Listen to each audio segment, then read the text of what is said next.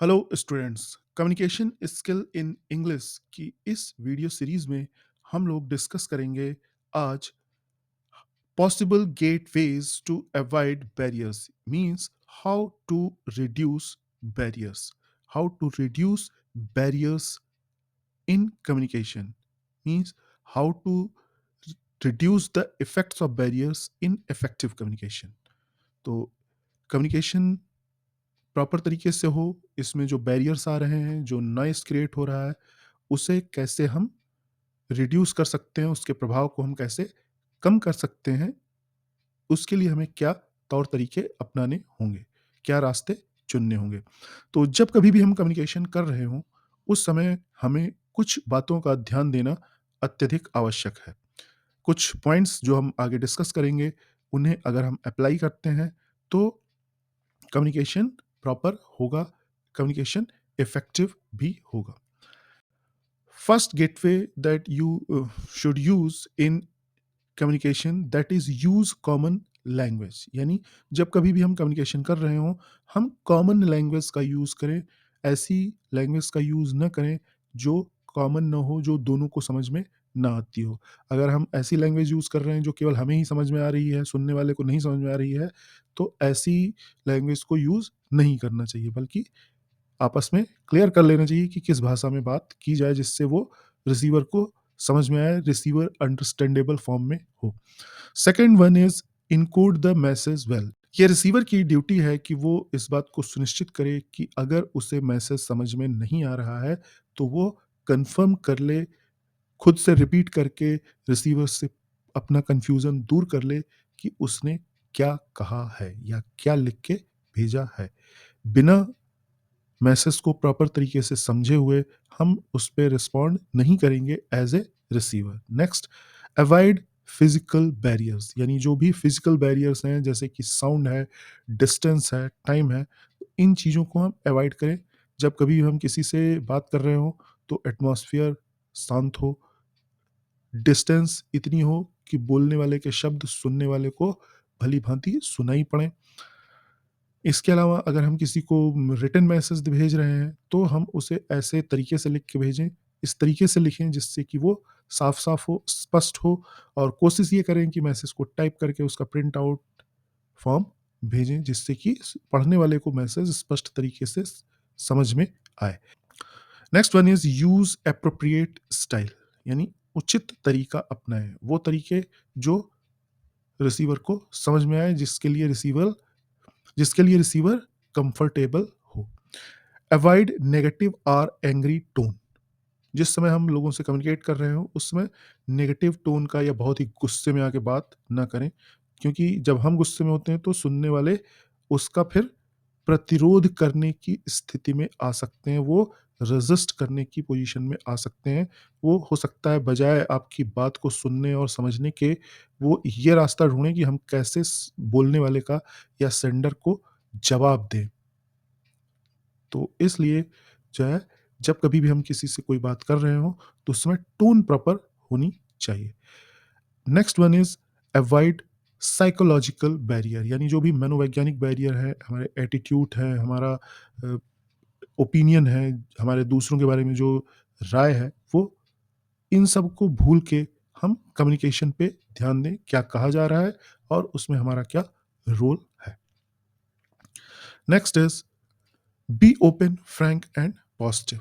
It is the duty of sender that he should be open, frank, and positive. वो अपनी बात को proper तरीके से कहे और जो भी सजेशंस हैं उनको सुनने के लिए वो अपने दिमाग को खुला रखे, स्पष्ट तरीके से अपनी बात कहे और जो भी लोगों के सजेशंस हैं उन्हें इनवाइट करे।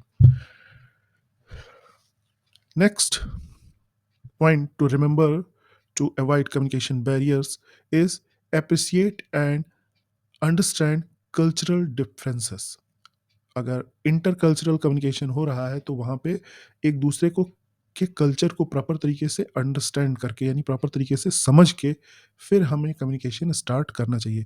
नॉर्मली हम लोगों ने सुना होगा, हो सकता है बहुत सारे लोगों ने देखा भी होगा कि जब कोई व्यक्ति एक देश से दूसरे देश में जाता है, तो जिस देश में वो जा रहा होता है वहाँ के दूतावास के द्वारा ब्रीफिंग की जाती है इस चीज़ की कि वहाँ पे जाके आपको किन चीज़ों का ध्यान रखना है, डूज़ एंड डोंट्स।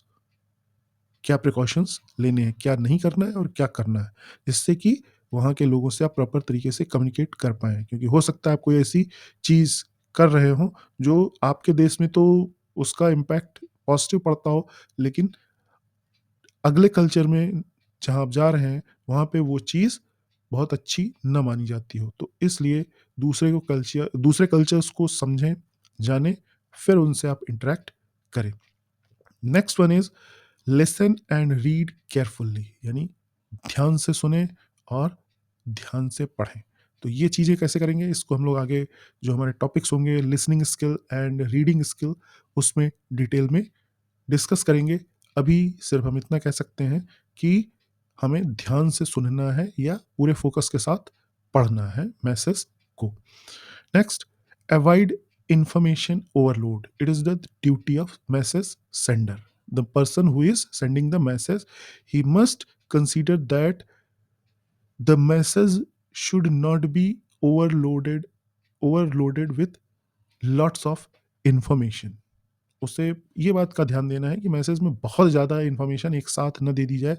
जितनी आवश्यक है उतने ही फैक्ट्स, डाटा और इन्फॉर्मेशन हमें रिसीवर के सामने प्रेज़ेंट करने चाहिए, जिससे कि उसका फ़ोकस बना रहे। अगर हम बहुत ज़्यादा इन्फॉर्मेशनली ओवरलोड कर देते हैं मैसेज को, तो जो रिसीवर है, वो उसका फ़ोकस डिस्टॉर्ट हो जाता है।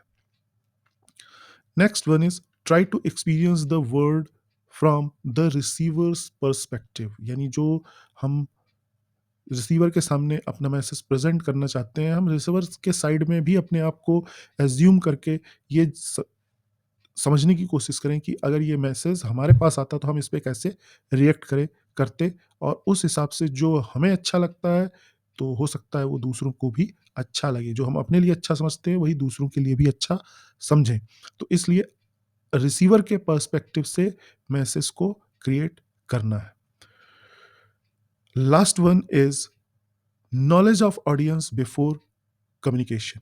हमें कम्युनिकेशन करने से पहले जो ऑडियंस है, यानी कि जो रिसीवर है, उसके बारे में जान लेना चाहिए कि उसका एजुकेशनल लेवल, उसका प्रोफेशनल बैकग्राउंड, उसका लेवल क्या है, जिससे कि हम उसके हिसाब से अपने मैसेज को चेंज कर सकें या मैसेज की प्रेजेंटेशन को चेंज कर सकें, मैसेज को रिसीवर अंडरस्टैंडेबल फॉर्म में जनरेट कर सकें। तो ये सारे थे possible gateways to avoid barriers for effective communication, यानी कि वो रास्ते जिनसे हम कम्युनिकेशन में बैरियर्स को या नॉइस को रिड्यूस कर सकते हैं और अपने कम्युनिकेशन को प्रॉपर बना सकते हैं। फिर मिलेंगे अगले वीडियो में अगले टॉपिक यानी टूल्स टू कम्युनिकेशन के साथ। Thank you, have a nice day.